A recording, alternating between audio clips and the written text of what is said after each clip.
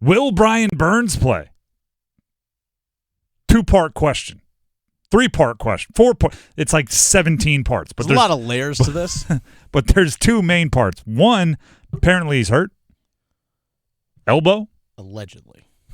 For those of you listening on the radio, you couldn't see the air quotes jumping off the fingers of Dennis Just like Cox. Bryce had an injured ankle. Just saying.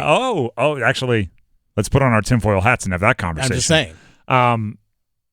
How much conspiracy theory are we going in on this? The other thing, I mean, you have to have that conversation. Uh-huh. The other thing is that the trade deadline is Halloween, which means there is 1 game until the trade deadline.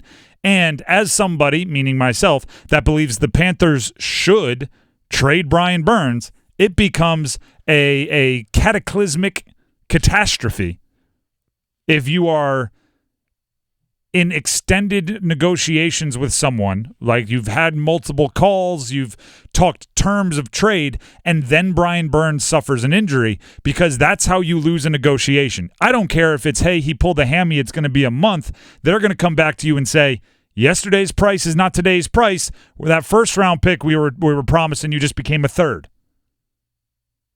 Like it could be that little, but that little means everything to the Panthers. Right? Maybe you were trying to figure out a way to get 2 first-round picks. Brian Burns for 2 firsts. Or maybe it was Brian Burns and a third for 2 firsts and a fifth. Whatever it ends up being. You were in those talks. You're not getting 2 firsts for an injured Brian Burns. So you may want to hold him out. Also, he may have hurt his elbow. There's that. There's 2 sides of this. Here's Frank Reich on Burns' elbow injury and whether it was trade related or not. No correlation. We had a kind of a little thing happen yesterday on a play where he hurt his elbow. Got it checked out. Just today was still an issue. So getting further evaluation on that to try to see where we're at. Yeah, I mean, what else is he going to say? What else? Here's the thing. If it is a legitimate elbow injury suffered in practice on a Thursday, the second week of a bye week, it is mighty convenient. Coincidence, if you will. And there are those out there that say nothing's a coincidence. So let's put on the conspiracy theory hats and bring up what Dennis brought up, which is I was skeptical of the ankle injury that held Bryce Young out of the Seattle game. Yeah.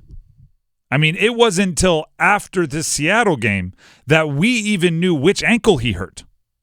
I was the nerd that studies the Zapruder film, watching all of the end of the game plays that Bryce Young played, looking for a wince, looking for any sign of anguish or pain, looking for a limp, looking for a unsteady step, and I just didn't see it.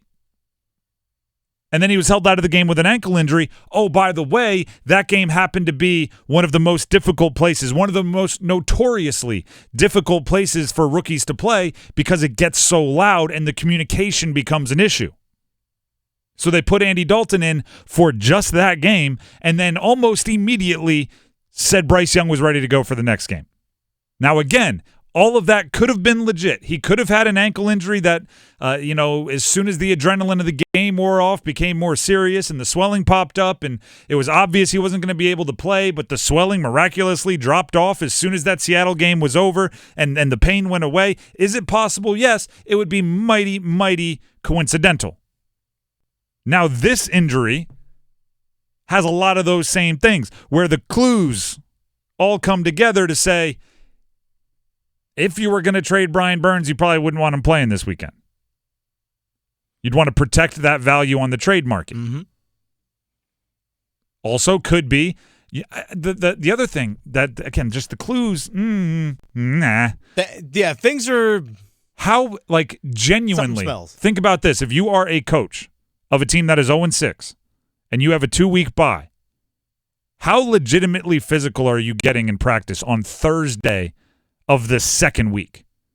Probably not very.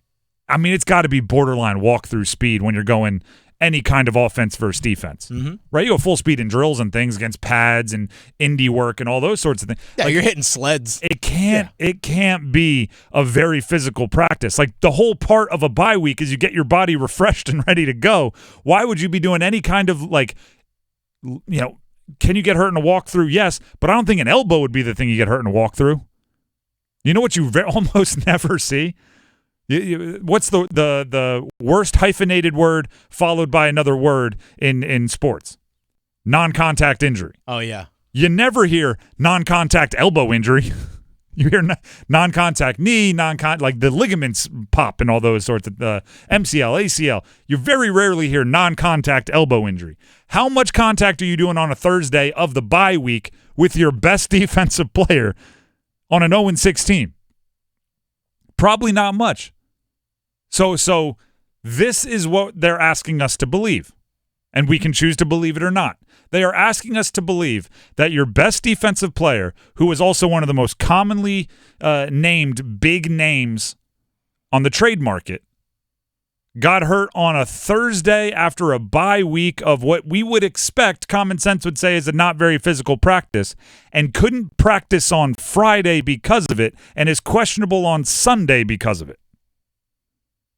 Now, this is obviously in the point of, like we said, conspiracy theory. We're in the point of inference and making our best guess. So I'm not going to tell you what to think. You can think whichever side. You can believe them or you cannot. That's up to you. Just know that I am skeptical. I'll put it like this. There's a podcast out right now that I listened to while driving to Charlotte for the ACC tip-off earlier this week. It's the 5 late-night hosts when the writer's strike were on strike. Okay. So it's Kimmel, Fallon, Myers, John Oliver, and there's one more who I'm going to forget. Steve Colbert. But yes. Steve Colbert, sorry. Yes. Not Carell. And they're telling stories of like guests and everything. One of the stories, I want to say Kimmel, but honestly they all talk, so you get confused. He said he had Tommy Lasorda on his show very early on in the show. Former longtime Major League Baseball manager. Yes, Dodgers, one World Series, all those. One, like WON, World Series. So he's a very, very famous Hall of Famer, has since passed away. And he said that because it was early in his show, he got like, I think it was a kid that could eat square pieces of cheese into the outline of states. And he had like a stand-up comedian and Tommy Lasorda. And Tommy Lasorda went on first and then like walked off the stage and saw the cheese eating kid and then they left and after the show they came up to Jimmy Kimmel and said like, hey, Tommy Lasorda is down there and he's furious. You need to go talk to him. And he walks down there and he said, Tommy Lasorda used every bad word in the book. It's me and this bleeping, cheese eating, bleeping. Like, what are you trying to associate me with? I've won World Series, on and on and on. And he said it went like 40 minutes to the point where like 20 minutes in of getting yelled at by Tommy Lasorda, he started looking for cameras around the room, wondering if this was all like his staff playing a bit on him and they were going to record his reaction to Tommy Lasorda treating him like an umpire. Is he being punked? And if this was going to be on the show later.